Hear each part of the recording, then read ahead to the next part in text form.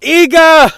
Big bad Iga! And she's back, ladies and gentlemen. Everyone run for cover. The Polish ranked number one, and oh yeah, the world's ranked number one is back in action.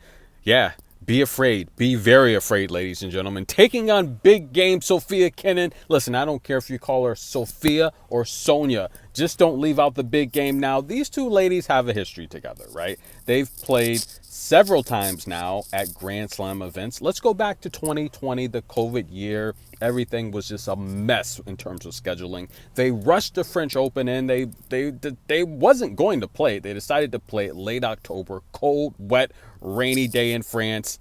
And we have a championship match between an unseeded player from Poland by the name of Iga Swiatek, who I was familiar with. I told you guys, I gave away the pick. She was the underdog. I said, take Iga to win it. She looks amazing, right? She's a great clay player.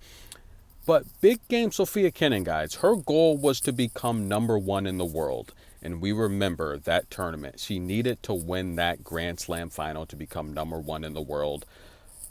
She wouldn't make it. And just watching her career over the years, I got a bit emotional because I knew Iga would win. I took Iga to win the match. But the reality is, dreams come true and you want to see them come true. But Sofia Kenin would end the year ranked number 4, her highest on tour. Can she get back there?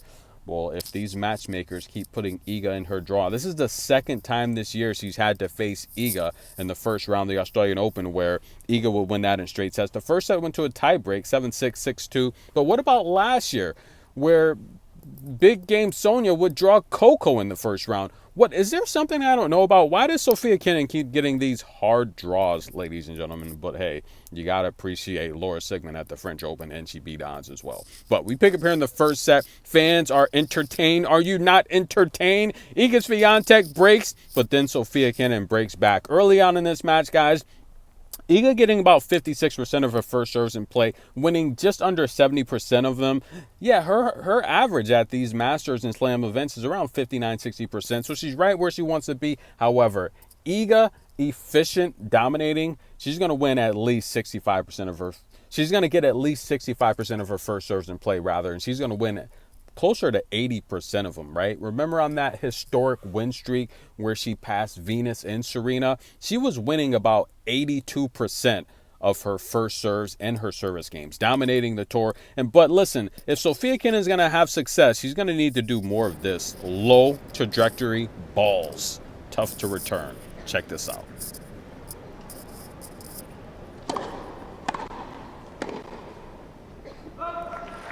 Beautiful there.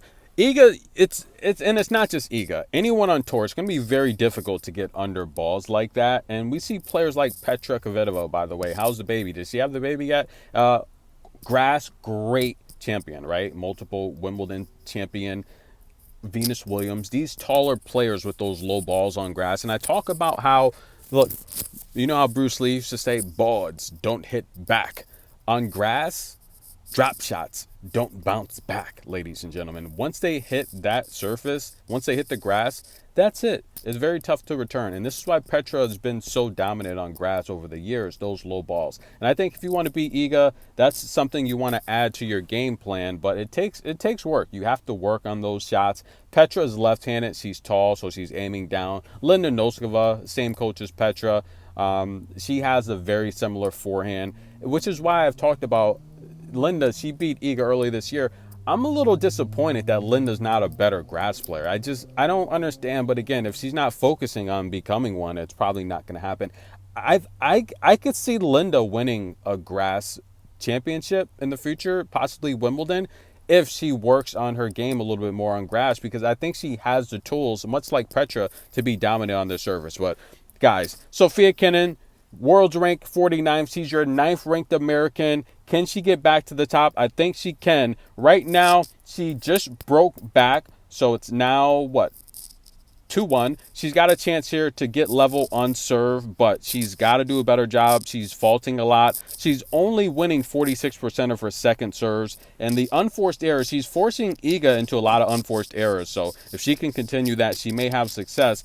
But Iga's good. She problem solves. She's good on the fly. I think she'll make adjustments. She really likes to calculate and see what her opponent does.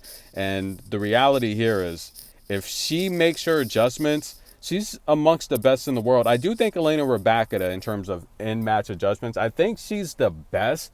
Then I'd probably put Iga as number 2. But guys, they might be on a collision course. If Sofia Kenin can't stop Iga, I think the next person in line, it's either going to be Ostapenko or Elena Rybakina. But I'm telling you guys, there was an uproar in terms of Iga being the favorite to win Wimbledon. A lot of people didn't like that. They felt it was disrespectful to players like Sabalenka, that's done well here in the past, who had to withdraw, by the way. She says it's a shoulder issue. Vika would withdraw as well. Ekaterina would withdraw as well. All these players withdrawing from Wimbledon. Excuse me, guys. I'm excited here. All of these players withdrawing from Wimbledon, I think it's also an aspect that they haven't received the respect that they should as professionals here at such a prestigious historic tournament. And we all know a couple of years ago, they didn't even let the Russian or the Belarusian players play. So I think they feel a little bit disrespected as well. Last year, Vika got booed. And players like Svitolina and Iga even stepped up and said, look, we need to be more respectful to the players. Classy Iga. So that was vintage Iga. But listen, guys, a lot of players were upset that Iga was the favorite to win this tournament because a lot of people don't think she's going to win this tournament. Me, personally, I think Coco's going to win this tournament. But any tournament that Iga enters, she has a chance to win it. She said it herself. I only enter tournaments that I feel I can win. And look at her sitting down on that forehand. I'll be honest with you guys. Iga might get one of those forehands past me. And I know what you're going to say. Good energy. You're pretty good. I don't know about that. But Iga's pretty good too. She might get one past me. I'm just saying. Sofia Kenin, she's slowing down on the serve, looking for more placement. But she's got to get those balls deep in the corners, keep them low, make it tough for Iga to return. Easier said than done. Iga breaks back, ladies and gentlemen. She's now up 3-1. Tennis in a minute. Get your popcorn. Iga's on the move. And once she gets rolling, she's going to be unstoppable.